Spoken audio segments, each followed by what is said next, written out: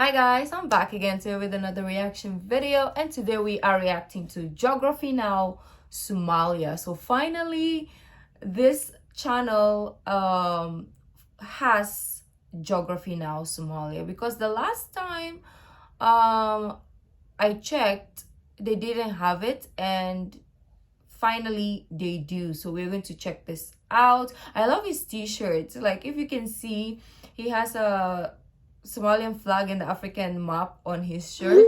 But anyways, before we start, don't forget to subscribe if you haven't already. Click that bell button to get notified whenever I do upload a video. So guys, let's do this.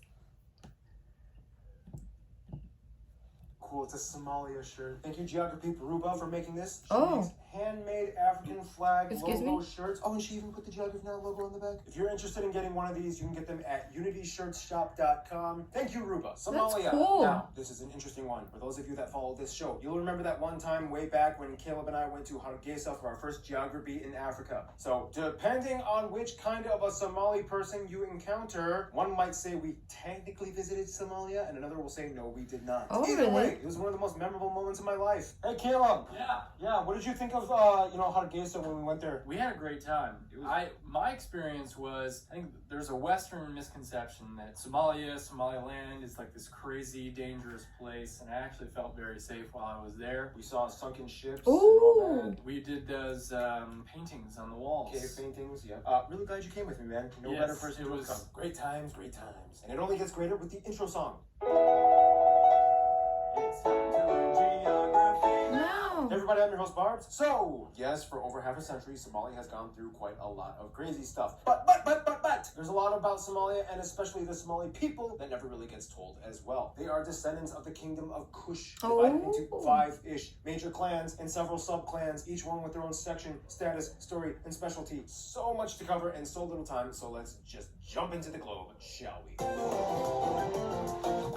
Now, here's where things are going to get a little tricky, because Somalia is kind of currently in a weird state of administrative affairs when it comes to regions. Let's just say I kind of already made a video explaining this. You can watch it here, so I'm not I going didn't too know. far into it. But for what it's worth, the country of Somalia is shaped like a number 7 and is located in East Africa. Not only on the section known as the Horn of Africa, but it is actually the Horn of Africa. This in return makes Somalia the country with the longest coastline in the African continent. The country is bordered by Djibouti, Ethiopia, and Kenya, as well as the Gulf of Aden and the Indian Ocean to the north and east. The capital and largest city, Mogadishu, one of the fastest growing cities in Africa, is located in the south, and here's where things get a little complicated. When asking about Somalia's administrative divisions, it kind of depends on who you ask. If you ask someone from the Federal Republic of Somalia, they will say that the country is divided into 18 regions that look like this. If you ask someone from the north, in this area though, they might say, this area is Somaliland. We are a self-declared independent state. Our capital is Hargeisa and the second largest city. We have 6 regions, not 5. We fly our own flag. Somalia does not rule or control us. They even need to show their passports when visiting us. Oh, We really? do our own thing. We have our own government and president, and stay away from them legislatively. This is the place where Caleb and I went to meet you guys for the geography. Today, it is unrecognized by the UN and considered an autonomous region of Somalia, but many countries have informal ties to them and even accept a Somalilander passport. Then you have this guy over here on the very tip of the horn, sometimes referred to as Puntland, made up of 3 regions. In 1998, it declared autonomy, and it kind of has its own thing too. They even fly their own flag, but they don't consider themselves a separate country. It's complicated. Also, there's Very this group of complicated. Somaliland over the eastern border, and within that border, you have another guy named Khatumo that came out and wanted to do its own thing, but both of them were like, shut up! Finally, the central border with Ethiopia, connecting at the tri-point with Kenya, is disputed and not properly demarcated. This is further complicated by the fact that this area of Ethiopia is called the Somali region, and is Oh. already primarily inhabited by ethnic Somalis. In fact, ethnically speaking, many Somalis might refer to this general broad section as Greater Somalia, which includes all areas where Somalis have historically lived, extending from the southern part of Djibouti all the way down to Ethiopia to East Kenya. In any case, the largest airport is Mogadishu's Aden Ade International, and if you want to include Hargeisa's Egal International, then that would be the second largest airport, and Puntland's Boasso Bender Qasim International comes in at 3rd. Having the largest coast in Africa, of course, gives the country a maritime advantage. In in having some of the largest deep water ports in Africa, including That's the largest nice. ones in Mogadishu and Kismayo in the south. And again, if you include Somaliland, Berbera port up in the north is the busiest on the Gulf of Aden. Oh. So, okay, why is there a separatist area and autonomous area? Again, we already explained this, but to kind of sum it up very briefly, it's like that clan warfare thing.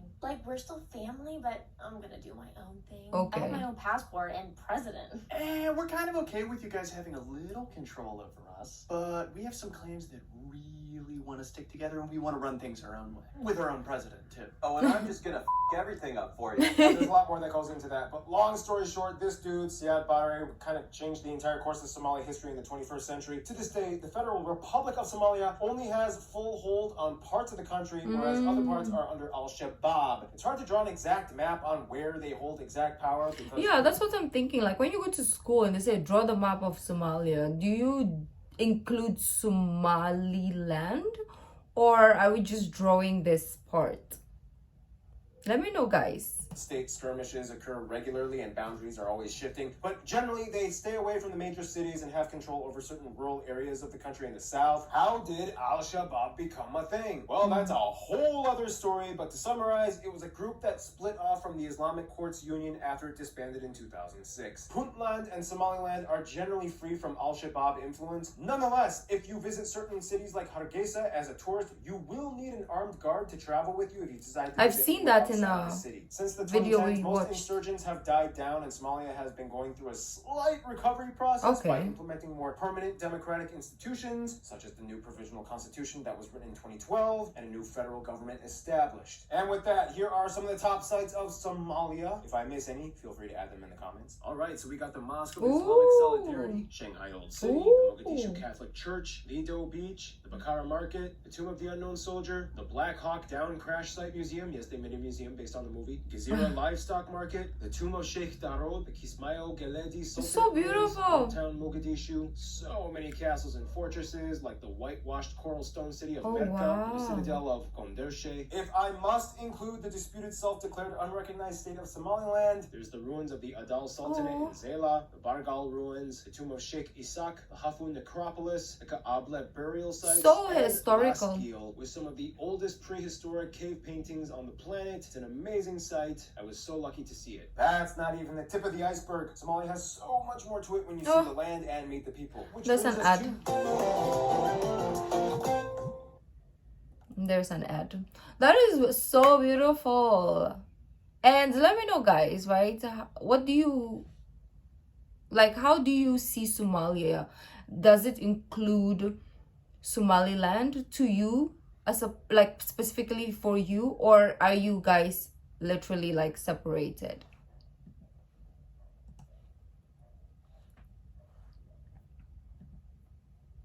Prior to Civil War times, tourism was actually quite prevalent. Despite the domestic conflict eras, the landscape and resources of Somalia have Oh, always that kind tree, of though. maintained its natural integrity. Here's how you break it down. For one, the Horn of Africa, which Somalia lies on, is part of the Greater Somali Plate that extends into the Indian Ocean to the Oh. east and the Great African Rift in the west. This fault zone is essentially what created the Gulf of Aden, as well as the 4 Yemeni islands up the coast. The passage between the Horn and these islands is known as the Gardafui Channel, which connects to the subsection of the Indian Ocean, the Somali Sea. Fun fact, within the Somali Sea, you can find the Milky Sea Night Corridor, which is the largest bioluminescent area in the world filled with the Vibrio harveyi bacteria. It has even been seen from space. Back to the actual land though, Somalia's coast is mostly smooth and straight with a few islands. If you include the northern part of the disputed Somaliland area, you have the famous Sad Adin Island, just by the border with Djibouti. Otherwise, further east, you have the mangrove islands of the famous Alula Lagoon. Inland, the country is made up of 3 main zones: the humid green zone in the south, the dry Somali plateau in the middle, and the dry mountainous area in the north, mostly in the self-proclaimed state of Somaliland. Again, if you consider this part of Somalia, this area has the highest peaks of the country, known as the Ogo or Karkar Mountains, that extend all the way to the end of the Horn. Here, the tallest peak, Shimbiris, can be found in the Al Lado mountain range, a unique forested range that gathers more precipitation through fog, mist, and So winter rains beautiful. than any other area. From there, the more south you go, the mountains descend into a flatter plateau, like the Nugal Valley and the Mudug Plain, riddled with perennial rivers and wadis that dry up seasonally. this is known as the Haoud, which has some of the best grazelands for Haoud. livestock and pastoralist peoples, especially the Hobyo grasslands and shrublands along the eastern coast. This area pretty much ends at the border of the longest river of the country, Shabelle, at about 702 miles long, and the more green and lush savanna and forested area of Somalia begins. The Shabelle River actually in itself dries up at the ends, and only in the wet season does it continue to flow and connect with the second largest river, the Juba, in the southeast. And in terms of inland bodies of water, Somalia doesn't really have any major permanent lakes that stick out, and some of you said maybe the reservoir off the Shabelle River, but the majority of you guys have said the closest thing to a lake might be the Balkad Nature Reserve, which is more like a massive wetland with seasonal expanse fluctuations. Yeah, most of the Somalia you see in the media is just, you know, the dry, dusty parts, but no, they got water and lush vegetation in some spots. All right, and this is the part where Noah usually comes in to fill in, but he's visiting family for this season, so I'll fill in for Noah. It's hard to get numbers because without an effective centralized national government and about 80% of the population working as nomadic or semi-nomadic pastoralists, much of the booking is unavailable and many taxes and duties are carried out by various insurgent groups rather than the state. Nonetheless, in the 2010s economic reforms That's confusing, but and okay. in 2020, the IMF, World Bank, and HIPC have decided that they are qualified for debt relief. Today, about 40% of families are dependent on remittance money sent from families abroad, accounting for about $1.5 billion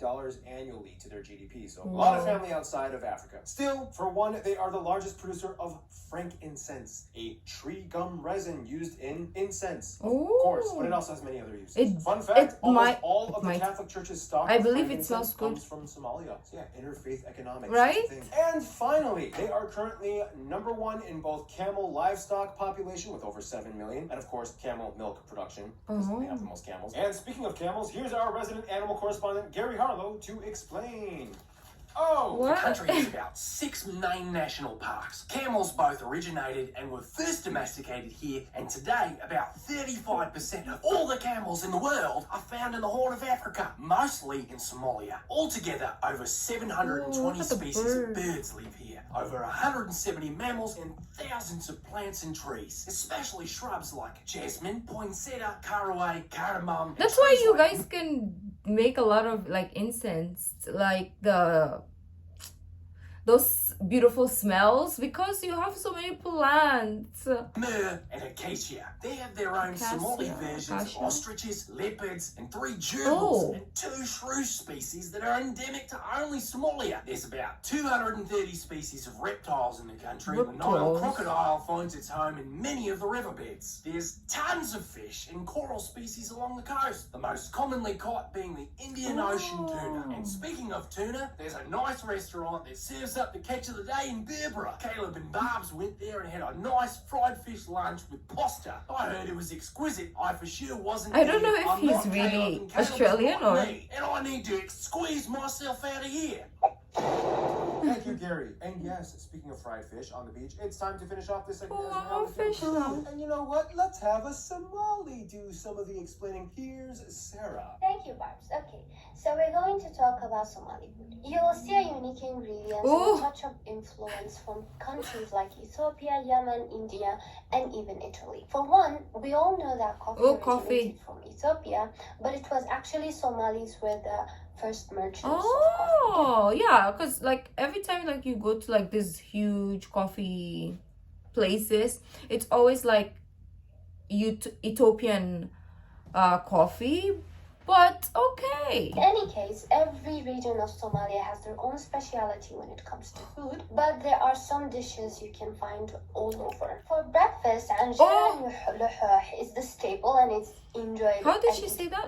For breakfast, anjera luhuh is the staple and it's enjoyed and eaten every day, and is either buttered with ghee and sugar or served with a plate of sukar. Another dish is bear, which is not beer, but it means liver lamb, and is actually liver lamb. You can remember it by thinking bear affect the liver. The second most popular dish by Somalis is Somali pasto, which is an Italian-inspired dish, spaghetti, and is cooked with heavier stew. And Somalis always eat their lunch with a cup of maraq and banana. For dinner, Somali don't eat heavy, and there's one dish you have tried when you had trip here in Hargeisa last year. Maybe that's why which Somalians is, are so fasulye, sexy. bill, and it's an egg omelette with baked beans. Camels are also a common meat consumed here. Give Oh. us camel meat. What is this, honey? Okay, so we have the white, which is the hump, of course, so it's like pure fat, and then we have the actual camel meat. Which is dark. I wonder how it tastes. Fatty. Thank you, and I hope you Good. get the chance to try Somali food. Thank you, I Sarah. It was want really to cool try. meeting you in Hargeisa. And the only thing better than Somali food Oh, are I like the the Somali dress. people. Let's talk about them in... There's another ad, guys. Oh, I want to try all those food. They sound so good. And now I know that you guys don't eat heavy dinner. What Makes is sense. a Somali person? Why don't we let Somali geography and geography winner Ahmed explain? What it means to be Somali is to be proud of your lineage. So most Somalis I know, and most Somalis in general, can go back 10, 20 generations on their father's side. So I can go by, for myself, I can go by six grandfathers just by heart. So I think that's a really cool thing. Thank you, Ahmed. With Somalis, there are so many levels where a person can properly identify themselves, but it all comes down to lineage. We'll get into that in a Okay. sec. But first, the demographics graph. First of all, for Somalia, the population altogether is about 15 million, but keep in mind the self-declared independent state of Somaliland has about 3.6 million, and often does not like to be part of this statistic, so depending on how you look at these two entities, it could be 15 or 11.4 million, but for the sake of the fact that the UN does not recognize Somaliland, I will have to abide by the UN standard and include Somaliland. This also means the entire country is Africa's most culturally homogenous nation. The country is primarily made up of Somali people at about 85% of the population, but keep in mind this broad group is divided into clans. Oh, According okay. to the UNFPA statistics, about 23% of the country is Hawiye, and another 23% are Darud, about 14% are Rahanwen, sorry, probably butchered that, and another 14% are from the Isak clan, and the remainder of the Somalis come from various other sub-clans and sub-clans of these major Wow. four. The remainder of the lot of non-Somali clans. population, though, is mostly Bantu groups and a small percentage of Arabs that have migrated over the years. They use the Type-C plug outlet, and they drive on the right side of the road, mostly. However, in Somaliland, about 90% of the cars have steering wheels on the right side, but they drive on the right side. That's pretty interesting. I didn't know that. They use the Yeah. Somali shilling as their currency. However, in Somaliland, How they is use that? Somaliland Well, it kind of makes shillings. sense.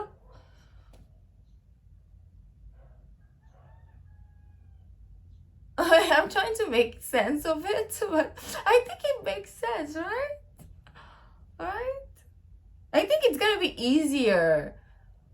Yeah, I don't know. Look like No idea. this. Keep in mind, though, most Somalis, like somewhere around 3/4 of the entire population, both in Somalia and Somaliland, actually prefer to pay through their phones with various money So apps instead like of Zaad right, and changing Dahab. gears, This, you use- interestingly enough, makes Somalia as a categorically underdeveloped nation, but one of the most tech I finance saw adept this nations on before. Earth. Obviously, the main first and official language of Somalia is Somali, a Cushitic language. But Cushitic. Arabic is also co-official. Many Somalis learn and speak it, and they're even part of the Arab League. But do not, I repeat, do not call Somalis Arabs. They don't like it. I heard you guys loud and clear in the past. The Somali language Okay. has adapted the Latin alphabet in the 70s. However, in the 20s and 30s and 50s, three guys tried to invent Somali scripts that looked pretty cool, but never really caught on. Also, keep in mind the southern and eastern parts of Somalia were colonized by Italy for about 50 years. Today, however, very That few is people actually why still the speak food- Italian or bother to learn it, but they still love pasta. In other news, Islam is the state religion, specifically Sunni Islam. Noticeable branches like Sufis exist too. Their government is even an admixture of civil, customary, and Islamic law. And they are actually one of the oldest Islamic nations on earth. Like they have a 1400-year-old mosque in the city of Zela. Now, as mentioned, most Somali people are very serious with their ancestry when it comes to identity, and much of it is centered around the clan that they are part of, a concept known as Ud Hashai. I think I got that right. They are Cushitic, a unique group indigenous to East Africa, claiming to have roots to the ancient kingdom of Kush that extended all the way to ancient Nubia in what is now Egypt. They claim to be descendants of Cush, the grandson of Noah in the Bible. Many of them can trace their ancestors as far back as 20 to 30 generations, all going back to the same patriarch, Samale, which is where the country gets its name from. And speaking of clans, their own government has a controversial system referred to as the 4.5 system, in which the four main clans, Dir, Darod, Hawiye, and Rahanwen, and the 0.5 standing for the minor clans, they're all required to have proportional representation in parliament. Now, historically, there is too much to cover, but Somalia has had so many empires, kingdoms, and sultanates that go through their history history. Now, we're not going to sugarcoat this episode too much. Yes, when most people hear of Somalia, two stereotypes kind of immediately go through their heads. Pirates and Al-Shabaab. Somalis are kind of sick of hearing this, but yes, to some extent, the two groups are still somewhat active. Al-Shabaab is an internationally recognized terrorist jihadist organization started in 2006 and has claimed responsibility for numerous attacks, mostly in East Africa. In 2014, drone strikes killed an important leader and have pushed insurgents outside most major cities. As for the pirate thing, it's a little more complex than most media outlets portray it. First of all, most Somalis kind of hate the fact that these pirates have kind of given their country a bad reputation and disavow their actions. Nobody would like that, basically, right? after the second phase of the civil war in the early 2000s, Somalia, with its decentralized rule and informal state of operation, disbanded the navy and lacked a national coast guard, which prompted many foreign ships passing by to be like, hey, Somalia is so unorganized they can't even secure their own waters. Let's take a bunch of their fish. Or we could just dump a bunch of waste in their water and destroy their fish. Either way, they won't notice.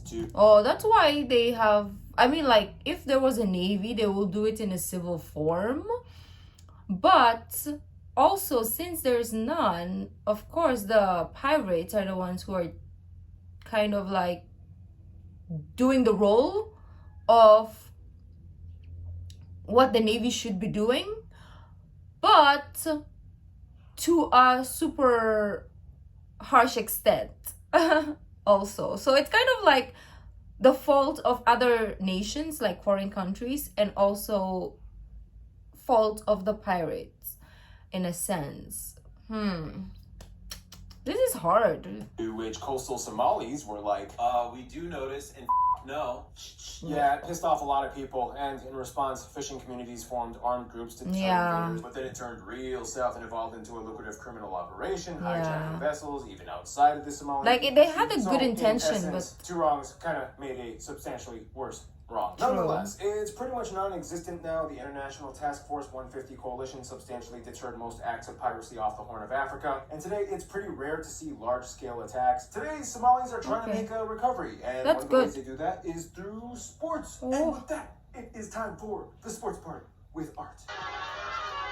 Oh, hello. What does athletic recreation look like for Somalia? Well, you'd be surprised, and it's quite alive and well. Fun fact, Kareem Abdul-Jabbar, which I have some of his sports cards actually, coached the Somali national basketball team back in the 80s, helping them jump to the top 3 teams in Africa. They have a few accolades in the martial arts department. They took home a silver medal and 4th place in the 2013 Open World Taekwondo Challenge Cup. And this dude right here won the world and European titles in K1 and Thai boxing. If you talk to any Somali, pretty much everyone will mention Mohamed Farah. The Somali Brit is the most successful long-distance runner and track athlete in British Olympic history. Nonetheless, Abdi Bile is the most decorated national athlete. He holds numerous national track records. And finally, really weird and interesting fact, Somalia is currently the only country in Africa with a national bandy team. So, Art, what is a bandy?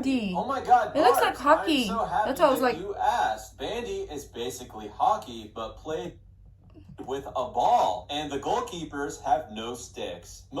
What? I've never heard of this sport. Huh?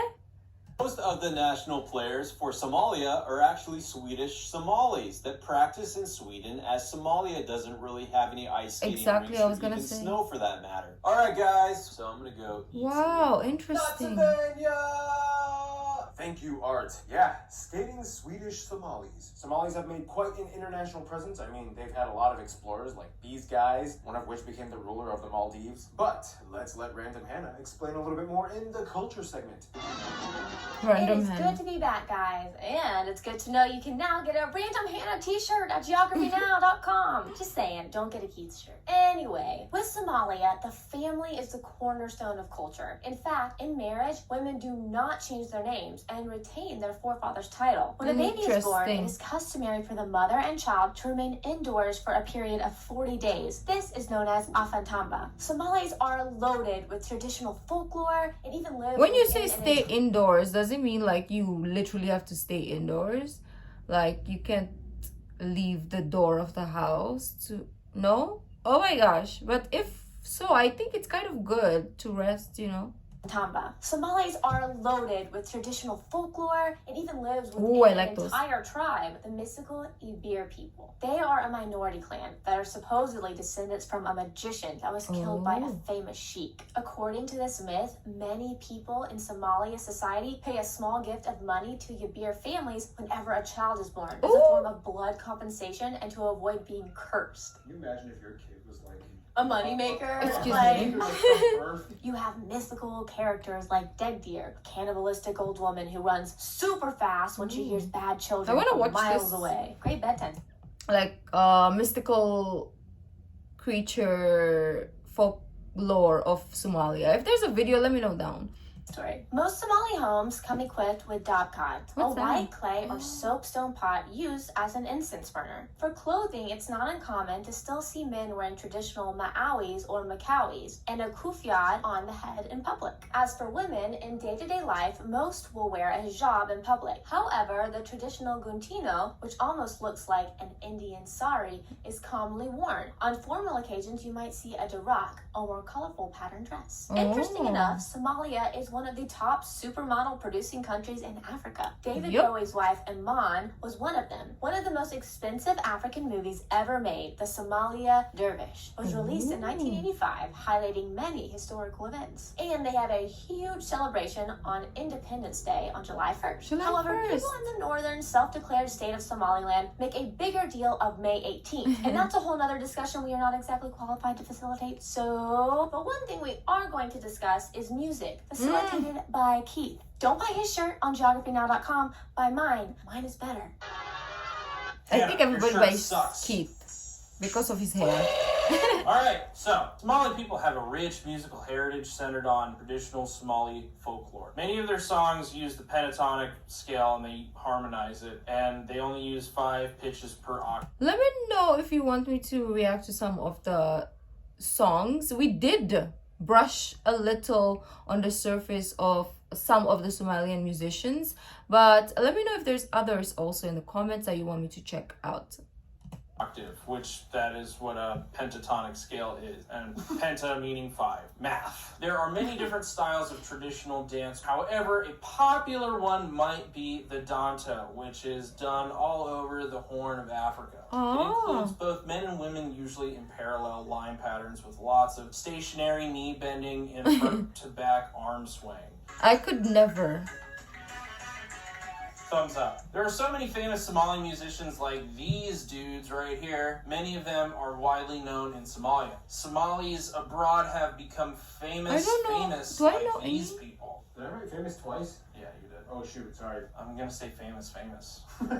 And finally, fun fact, in Mogadishu, there was a Somali version of disco in the 70s. That was super popular. I known want as that. Moga Disco. That's it for me. I'm I Keith. want to Would you hear. rather wear Hannah around or some beautiful, sexy stallion man I'll that do looks both. like a lion? Thank you, Keith. Now, for famous people, there are so many famous people that you guys emailed me about. Here is a montage. I can't even mention all of them. It'll take way too long. And if there are any more, please write them in the comments. In any case, we gotta move on. So, the final segment, the friend zone. Okay, the relationship with other countries. All right, Somalia with friends. Now, we already mentioned a lot of countries already have a lot of Somali people besides Somalia. So, from their inception, Somalia has kind of already had a lot of outreach. First of all, in the West, the USA and UK have the largest Somali diaspora communities, most from the northern disputed Somaliland region, as it was a former British colony and English is more prevalently spoken amongst them. After the Civil War in the 90s, the majority of Somali refugees fled to these countries, and specifically the heaviest concentration in Minneapolis, Minnesota. Today, though, many of these immigrants are actually returning back and repatriating, bringing their education, skills, and money to build up their motherland. Russia has really close ties too. Back when they were the USSR, they became the first European country to sign a friendship treaty, which allowed thousands of soldiers to study and train in Russia, while USSR cosmonauts trained in Somalia to prepare for missions in space. Yet they Yemen and Turkey are probably the closest non-African countries. For Yemen, not only have they had so much history of trade and cultural relations that date back thousands of years, but even today they usually back each other up during any kind of domestic conflict. When both countries had civil wars, each one welcomed refugees, and today Yemen actually has the highest population of Somalis in diaspora than any other country outside of Africa. Turkey not only also took in many Somali refugees, but also helped tremendously during the civil war. They are one of their top business partners, and even though it's a little controversial, they are one of the few countries that has an actual embassy in the self-declared unrecognized state of Somaliland. When it comes to their closest friends, it really depends on who you ask, and it's not a simple answer. You would think it would be the countries within the greater Somalia region, like Ethiopia, Kenya, and Djibouti, but it's a little more complicated. See, Kenya, which has a high Somali population in the north, has had a bit of tension historically, everything from the Shifta War in the 1960s to the 2011 Al-Shabaab insurgent attack. Ethiopia, which has the highest population of Somalis outside of the Republic of Somalia at about 4.6 million, has also had a bit of controversy with everything from the Abyssinian conquest from this dude back in the Middle Ages to the Ogaden War of the 1970s and so on. And also, you know, it didn't really quite help that Somalia assisted Eritrea during their war of independence against Ethiopia. But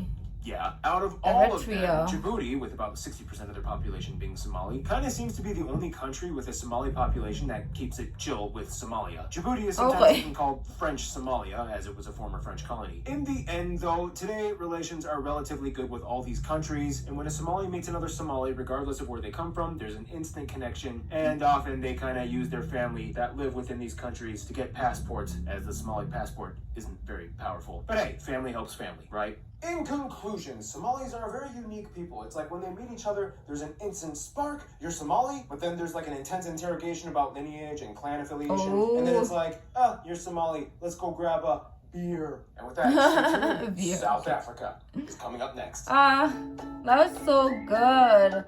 I know there's so much more depth that we could have gone into, but since it's a video, of course, they are not like, they don't know much as well. So I feel like there's so much more to uncover about the geography or the history of Somalia. So if there's other videos that you would like me to check out that this video didn't give us, then let me know down in the comment section down below. And thank you guys for joining. If you like this video, don't forget to give this video a thumbs up, subscribe if you haven't already. I'll see you in the next video. Bye.